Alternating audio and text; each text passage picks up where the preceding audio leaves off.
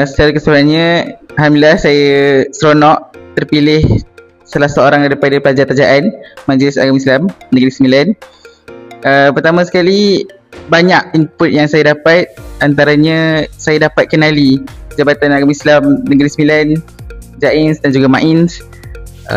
Yang keduanya, saya terdedah kepada cabaran-cabaran belajar di luar negara. Secara keseluruhannya bagi saya, program GEMA 2025 ni, iaitu Gerbang Mahasiswa ni, banyaklah bantu kami membuka luas mata kami. Sejujurnya sebab dekat program ni banyak selit slot, perkongsian, dan perkongsian tu pula daripada barisan facilitator dan juga alumni daripada Morocco, Jordan dan juga Mesir. So dari situ kita boleh tanya dua hala lah, sesi dua hala. Dari segi cabaran macam mana dekat Timur Tengah, akademik macam mana, lepas tu budaya macam mana kat sana kan berbeza. Kalau tak masuk program GEMA ni, kita tak tahu yang dekat Mesir tu ada bahasa lain. Maksudnya bukan bahasa lain, lahjah lain. Banyak pengalaman dan juga input-input yang bermanfaat, terutamanya dari segi persediaan mental, rohani dan juga ilmu-ilmu yang perlu kami ketahui sebelum keluar negara, seperti ilmu tasawuf dan juga ilmu bahasa Arab Amiyah. Program ini sangat membantu kerana saya dapat pendedahan awal tentang budaya dan juga cabaran-cabaran di Timur Tengah.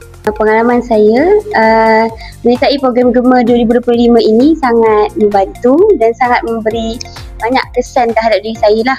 Banyak tambah ilmu pengetahuan, tambah keyakinan diri, sangat membantulah. Dan yang paling penting, ukhuwah sama-sama dengan kawan-kawan, peserta-peserta lain tu yang membuatkan saya lebih semangat. Bagi keseluruhan program GEMA ni, pengalaman saya, ia sangatlah memberi banyak pembelajaran untuk persediaan kita ke Timur Tengah sana. Lagipun ramai yang memberi visi-visi yang memberikan pengalaman mereka yang membantu kita untuk lebih yakin dalam mempersiapkan diri untuk ke Mesir kelak. Pertama, melalui slot JAINS dan MAINS, saya dapat tahu pengurusan mahasiswa di Mesir dan dapat memotivasikan diri saya dan amanah dan rasa tanggungjawab tu.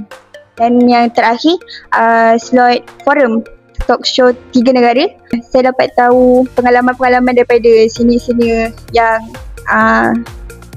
lama, pengajaran dan kesilapan yang perlu diubah untuk generasi yang akan datang.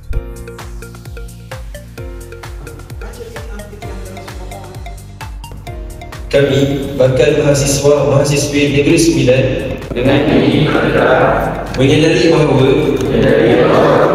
pengajian kami ditaja hasil amanah zakat umat Islam Negeri Sembilan.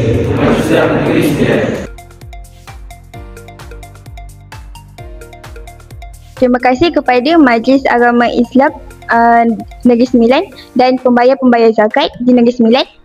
GEMA 25 terbaik.